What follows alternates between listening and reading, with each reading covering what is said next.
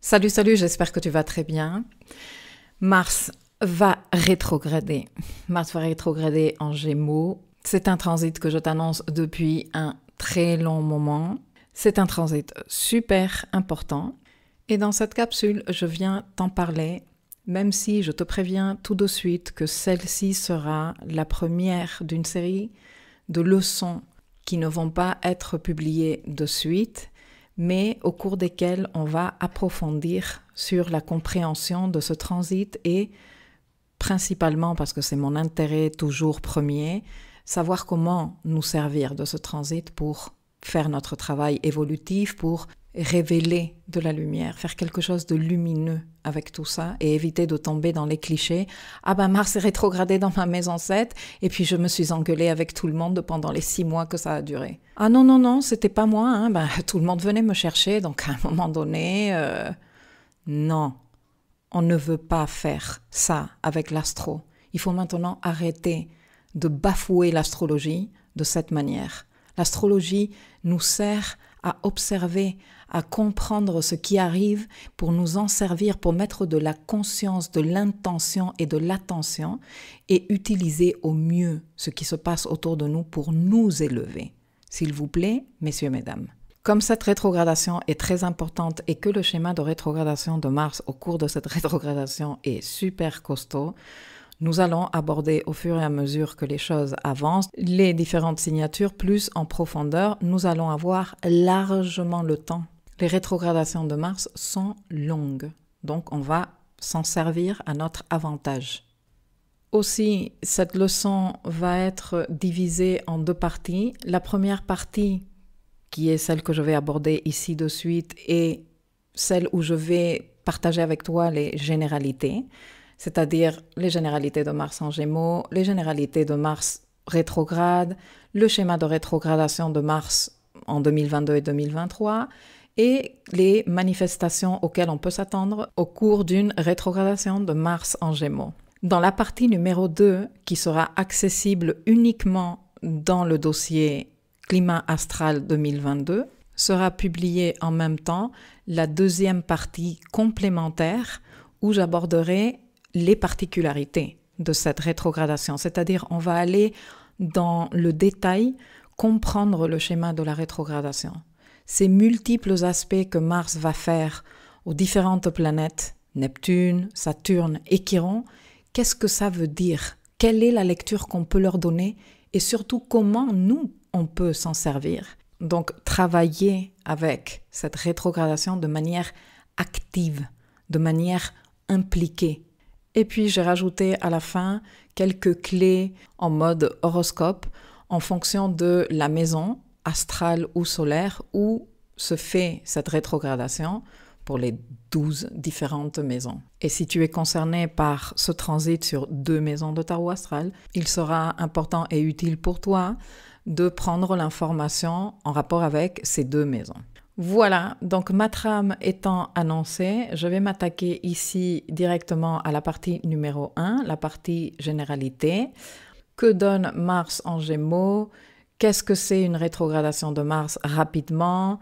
Quel est le schéma de la rétrogradation de Mars cette fois-ci 2022-2023? Et à quelle manifestation peut-on s'attendre lors de ce transit rétrograde de Mars en Gémeaux? Mars prend 2 ans à visiter un signe ou à revisiter, à revenir dans un signe. La dernière fois que Mars est passé en Gémeaux, c'était en mars et début avril 2021. Les transits de Mars durent environ 6 semaines par signe. Le séjour de Mars en Gémeaux, cette fois-ci, va durer 31 semaines. Parce que, comme je te l'annonce depuis le début de cette capsule, Mars va rétrograder.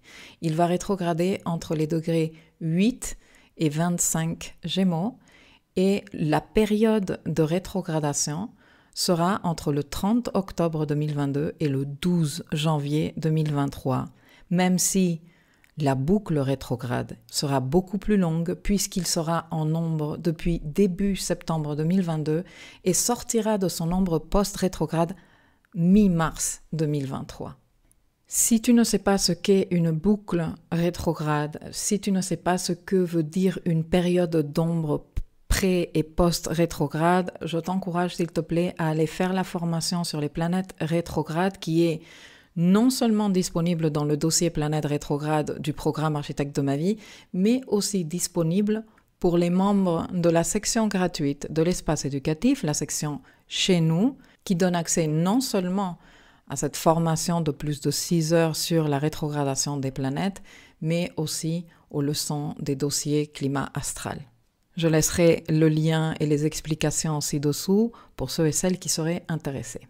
Lorsque Mars rétrograde, comme toute rétrogradation de n'importe quelle planète, les affaires en rapport avec la planète sont au ralenti. On commence une période de temps au cours de laquelle nous allons être comme en révision, observation et révision de ce qu'on fait avec l'énergie archétypale de la planète en question. Ici, la planète concernée, c'est Mars. Les affaires Mars vont être au ralenti. La dernière fois que Mars a été rétrograde, c'était au cours de la deuxième moitié 2020. Mars était dans son propre signe, en Bélier, et son schéma de rétrogradation a impliqué 3 carrés à Pluton. Une rétrogradation qui a éveillé de très profondes peurs chez un bon nombre de personnes et des réactions agressives et même violentes qui ont fait des dégâts importants dans la vie de ces personnes. De nombreuses personnes sont toujours en train de travailler aussi bien les peurs que ce transit a éveillées que les réactions que ce transit rétrograde.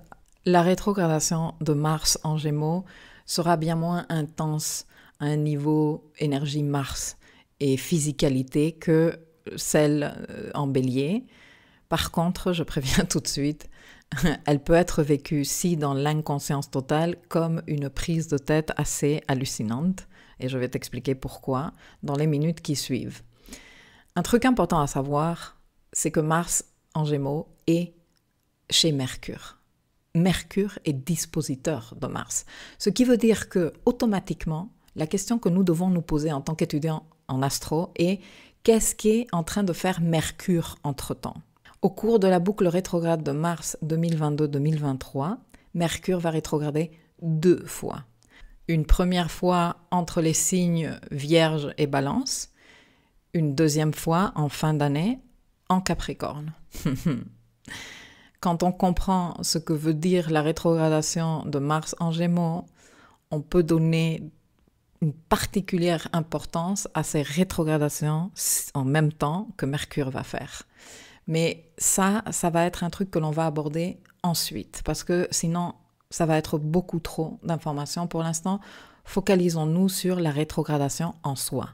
Ensuite, on ira analyser et étudier ce que le maître dispositeur de Mars sera en train de faire entre-temps et comment ça peut nous servir, nous, pour faire un travail plus qualitatif. Alors, Mars en Gémeaux. Mars en Gémeaux, c'est une très forte volonté de communiquer. Gémeaux représente notre mentalité, le fameux mindset, nos compétences d'apprentissage et de communication.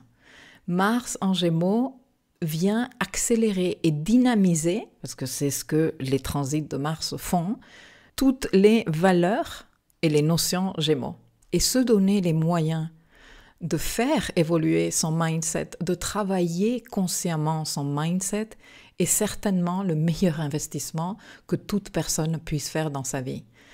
Le mindset est le cadre mental avec lequel nous comprenons la vie, avec lequel nous nous racontons la vie et avec lequel nous nous projetons dans la vie. Ce que nous pensons, nous le croyons et avec cela, nous créons notre vie. J'ai déjà parlé plusieurs fois, à plusieurs reprises, du système d'activation réticulaire et de tout ça. Et je pense que je vais utiliser ce transit de Mars rétrograde en Gémeaux pour refaire quelques leçons sur le système d'activation réticulaire et approfondir dans la compréhension de comment nous fonctionnons à un niveau mental et cognitif. Mais toujours est-il que, avec le transit de Mars en Gémeaux, tout ceci va prendre de l'importance, tout ceci va s'accélérer, tout ceci va se dynamiser. Il va y avoir une grande détermination collective de partager de l'information, aussi d'apprendre. Les créateurs de contenu peuvent partir en cacahuète et être ultra on fire. Et attention parce que comme Mars sera rétrograde en Gémeaux, pas tout le contenu qui sera partagé sera de qualité ni pertinent. Il y a un énorme travail à faire de discernement au cours de la rétrogradation de Mars et de ça je te parle dans la deuxième partie de cette leçon. En tout cas, l'élan va être là, l'impulsivité va être là également. Et comme Mars, une de ses caractéristiques, c'est qu'il n'y a pas vraiment de réflexion derrière l'action, je pense qu'on va voir au cours de ce transit beaucoup de personnes qui ne savent pas de quoi elles parlent, qui sont en train de créer du contenu juste pour créer du contenu, pour parler juste pour parler. Voilà, ça c'est quelque chose que l'on va voir. De nouvelles techniques d'apprentissage peuvent être révélées ou mises à disposition, de nouvelles façons de communiquer, plus légères, plus ludiques, plus Gémeaux, peuvent être mises à disposition également. Ça arrive déjà, c'est très rigolo, mais au moment où je fais cet audio, Telegram vient d'annoncer un service pour ses clients premium qui met à disposition des emojis personnalisés. Tu peux te fabriquer tes propres emojis animés. Et ça, c'est une façon de communiquer autrement. On va voir ce que nous réserve ce transit et ce qu'on aura comme résultat à l'issue de cette rétrogradation de Mars. Parce que bien sûr, la rétrogradation de Mars est excellente pour tester toutes ces nouveautés et faire le point à la fin. Je vais t'en parler tout à l'heure, plutôt dans la partie numéro 2 parce que tout ça est en rapport avec les multiples trigones que Mars va faire à Saturne, qui en plus vont être des trigones d'air, mais la série se termine par un trigone d'eau et tout ça est super important. Justement, avec Saturne en Verseau, qui est en rapport avec l'Internet, les technologies, etc., il se peut que de nouvelles plateformes d'apprentissage surgissent. J'espère que tu prends note, comme ça, au fur et à mesure que le temps avance, on peut dire « Ah oui, ça je le vois, ah oui, ça s'est manifesté ». Et c'est pas parce que je suis ici en train de faire ma Madame Irma, c'est juste que je connais les codes. Et quand on connaît les codes, on peut jouer à faire ce genre de combinaison et de spéculation. On va voir. En tout cas, l'archétype Mars en Gémeaux, si on devait le décrire comme un personnage, serait quelqu'un super curieux.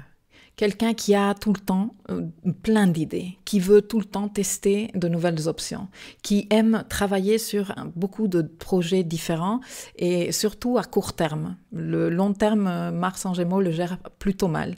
Qui a tendance à ouvrir beaucoup trop rapidement la bouche et pas de filtre du tout, attention, qui a tendance à avoir un planning plutôt chargé, rempli de différentes activités, parce que Mars en Gémeaux apprécie la variété.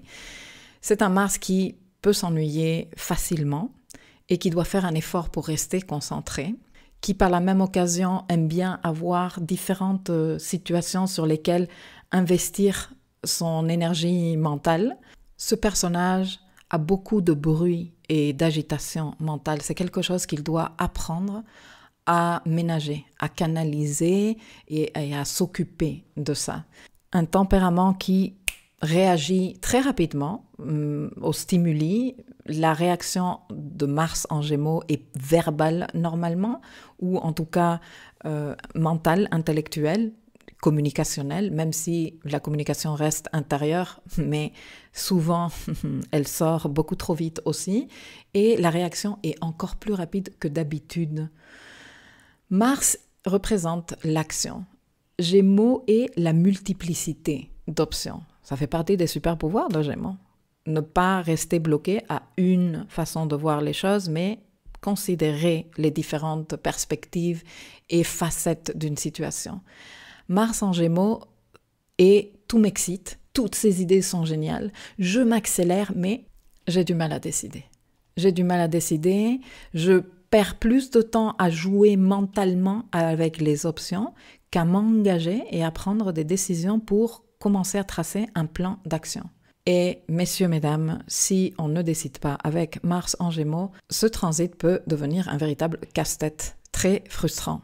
Très frustrant et très décevant également parce que la stimulation mentale qu'il va y avoir autour de ces informations, de ces projets, de ces idées, etc., etc., ça emballe, mais ensuite, il n'y a pas de concret. Et ça, à un moment donné, ça termine par fatiguer. Beaucoup de bruit, peu d'actions concrètes, ne font pas bon ménage, à mon avis. D'autres expressions de ce transit de Mars en Gémeaux, augmentation de la quantité d'informations disponibles. Nouvelles contradictoires parce qu'on parle de tout et de son contraire. Fake news, des choses que tu ne peux pas dire parce que les personnes se vexent rapidement. Tout ça existe déjà. Et ça existe déjà depuis un bon moment. C'est aller in crescendo. Le transit du nœud nord en Gémeaux en 2020-2022 n'a fait qu'accélérer et rendre tout ça beaucoup plus évident. Avec les rétrogradations de Vénus en Gémeaux 2020, les rétrogradations de Mercure en Gémeaux 2021, tout ça a pris de plus en plus d'ampleur. Bon, Mars vient redynamiser toutes ces situations. Une recommandation super importante pour tout transit de Mars en Gémeaux est de développer, ou plutôt d'avoir développé avant l'arrivée de Mars en Gémeaux, des pratiques pour rester mentalement calme et centré. Et se servir de ces pratiques-là pour plus de bruit autour de nous et en nous, plus de temps dédié à ces pratiques. Plus d'efforts pour nous aider à rester calmes et centrés. Ceci va nous permettre de faire le travail de discernement important à faire avec tout transit de Mars en Gémeaux, mais cette année, c'est encore plus fort par les carrés à Neptune, de prendre de façon intelligente des décisions et de tracer un cours de route pour éviter d'être en train de piétiner dans l'excitation et la stimulation mentale, mais de piétiner sur place. S'exciter pour rien faire, s'exciter pour aller nulle part et éviter la frustration qui va de la main avec tout ça. Le schéma de rétrogradation de Mars en Gémeaux va inclure beaucoup d'aspects. 3 carrés à Neptune, 3 trigones à Saturne, 3 sextiles à Chiron, c'est énorme. C'est énorme. Mars, je te donne les données techniques, mais tu les trouveras à l'écrit dans l'article qui accompagne cet audio, va rétrograder entièrement en Gémeaux entre les degrés 8 et 25. Mars entre en nombre pré-rétrograde le 3 septembre en passant par le degré 8 Gémeaux. Il avance et le 30 octobre, arrivé au degré 25 Gémeaux, et suite à sa typique phase stationnaire, comme toutes les planètes qui rétrogradent, commence à rétrograder et recule, jusqu'à arriver à nouveau au degré 8 Gémeaux. Phase stationnaire, tout ça sera le 12 janvier 2023, il reprend son mouvement direct. Il continue à avancer, degré 8, 9, 10, 20, etc., jusqu'à ce que le 16 mars 2023, il arrive au degré 25 Gémeaux et à partir de là, sort de l'ombre. Mars sortira définitivement du signe Gémeaux le 25 mars 2023. À cette date-là, il n'aura pas encore terminé son boulot de rétrogradation puisqu'il lui restera à perfectionner son dernier trigone à Saturne, qui entre-temps, lui, sera entré en Poisson. Ce sera donc un trigone qui se fera en signe d'eau, dont l'importance est toute particulière et que je t'explique dans la deuxième partie de cette leçon. Maintenant, Mars rétrograde en Gémeaux. À quoi peut-on s'attendre ? Eh bien, avec Mars rétrograde en Gémeaux, on va tous comprendre le problème que représente se perdre dans les options. L'information pour l'information. Le parler pour parler. Les bouches vont être on fire. Tout le monde va être en train de parler, tout le monde va être en train de poser des questions, tout le monde va être en train de débattre, voire tout le monde va être en train de se disputer et de se bagarrer parce que moi j'ai raison et toi non, etc., etc. Et rarement, on va être en train de prendre des mesures et de l'action. Tu peux prendre de l'action. je t'encourage à prendre de l'action. Si tu es en train d'écouter cette capsule, c'est parce que tu as la possibilité de faire différemment et ne pas te laisser happer par l'énergie collective. Nous allons avoir ceux et celles qui travaillons dans le monde de freelancing et à notre compte, des situations avec, tu vois, ces personnes qui viennent, qui te posent 1000 questions, qui te ressollicitent pour de l'information, qui te demandent un devis et un autre, qui te demandent même, ou qui vont jusqu'à bloquer une réunion pour faire un contrat ou accorder, signer le devis et lancer le truc, qui te redemande encore des précisions et qui ne se décide jamais. Et donc, ça a été une véritable perte de temps. Nous allons aussi voir des gens qui parlent pour le plaisir de parler, qui parlent sans réfléchir, et la frustration que génère tant de communication sans action, comme je te disais tout à l'heure. Pour certaines personnes, ça va être également le moment de travailler l'anxiété que génère la suranalyse de situation. La suranalyse qui mène à être paralysé dans l'action. Il y a des personnes comme ça qui sont là, qu'est-ce que je devrais faire? Je fais ci, je fais ça, je fais ci. Non, attends, et si c'est pas le bon choix? Et si je me trompe? Et si, gna gna gna. Et finalement, ne agissent jamais, ce qui génère une sensation de dévalorisation importante, parce que quand on n'arrive pas à concrétiser nos idées, on se sent dévalorisé, genre j'y arrive pas, et aussi qui génère beaucoup de frustration. Parce que toutes ces idées que j'ai, et je ne les fais jamais aboutir. Si toi, tu es concerné par ce genre de situation, si tu es une personne qui hésite grandement, qui est dans la suranalyse constante, qui demande 17 fois au tarot si c'est la bonne idée ou quoi, et qui encore a du mal à passer à l'action, ce transit est excellent pour travailler sur ça, pour te trouver un coach, pour te trouver un thérapeute, et te donner les moyens de sortir de ce schéma. À un niveau relationnel, on peut avoir des situations similaires. Genre, nanana, je te relance par texto, je t'appelle 5 minutes, je te dis que je vais venir. Non, finalement, je peux pas. Et si on faisait ci? Ah, mais le plan est tombé à l'eau. Et beaucoup de sollicitations mentales et intellectuelles et peu de présence. Moi, personnellement, je n'aime pas du tout ça. Mais bon, il y a des gens à qui ça divertit, tu vois. Moi, je dis, si on va parler d'un truc, que ce soit pour prendre action. Viens me poser 2-3 fois des questions et tout, mais après un moment, c'est bon quoi. Tourner autour du pot, ça sert pas à grand-chose. Bon. Il y a un dicton chinois que j'adore qui dit moins de coups de tonnerre dans la bouche et plus d'éclairs dans les mains. Et je pense que ça devrait être le mantra pour toute la rétrogradation de Mars en Gémeaux. Vraiment. Mars en Gémeaux peut accélérer, comme je te disais tout à l'heure, les disputes, les bagarres, les débats éternels. Peut dire des choses qu'il regrettera après parce qu'il a parlé trop vite. Et d'ailleurs, des choses qu'il ne pensait même pas. Pour commencer, genre, mais pourquoi j'ai dit ça? Filtre, observe-toi, conscience, ne te laisse pas prendre par... Ah, désolé, c'était Mars rétrograde en Gémeaux. Non, conscience et présence. Qu'est-ce que je vais dire? Je vais dire une connerie. Bon, je le dis pas. Tu vois?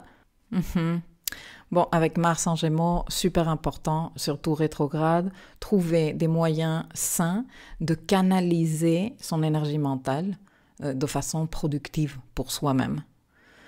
Aussi, accepter de se donner plus de temps pour réaliser certains projets mentalement ou intellectuellement difficiles, éprouvants, qui prennent beaucoup de bandes passantes.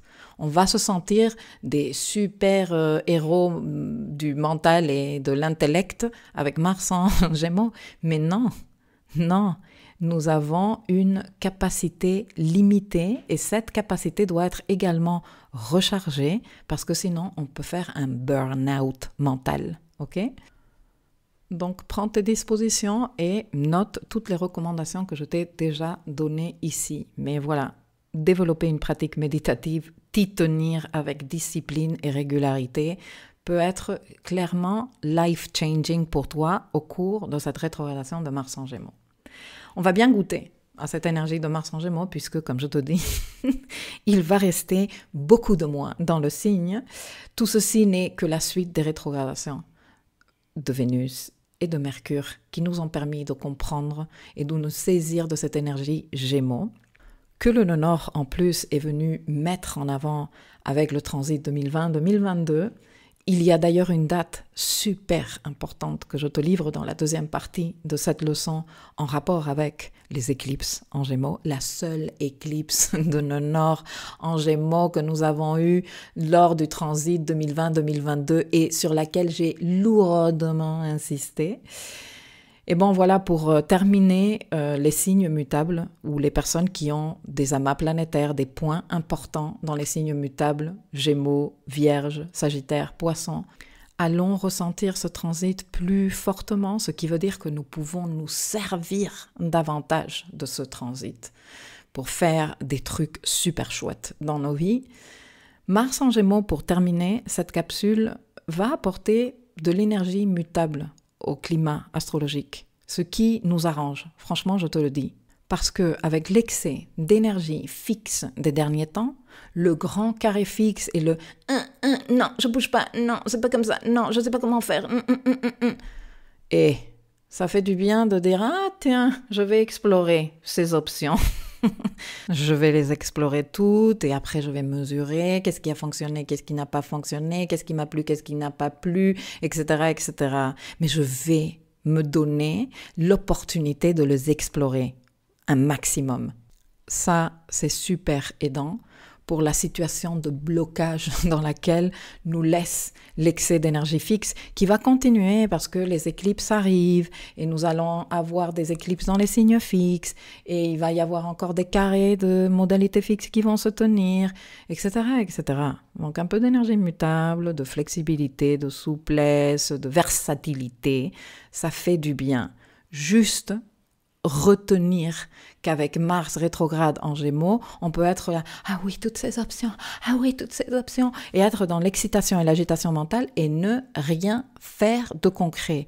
Donc la consigne, en plus de soigner ta dimension mentale un maximum, en plus de te donner les moyens et les pratiques nécessaires pour te garder au calme mentalement et pour ne pas laisser ton système nerveux partir en cacahuète, c'est aussi faire l'effort conscient de passer à l'action. Ok, j'ai ces 3 options, celle-ci je prends pour l'instant et je trace, je fais, je teste, j'explore, je découvre, etc., etc.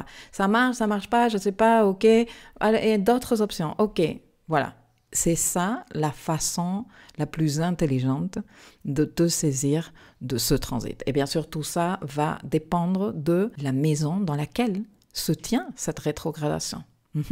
Mais de ça, je te parle dans la deuxième partie de cette leçon. Allez, à tout de suite.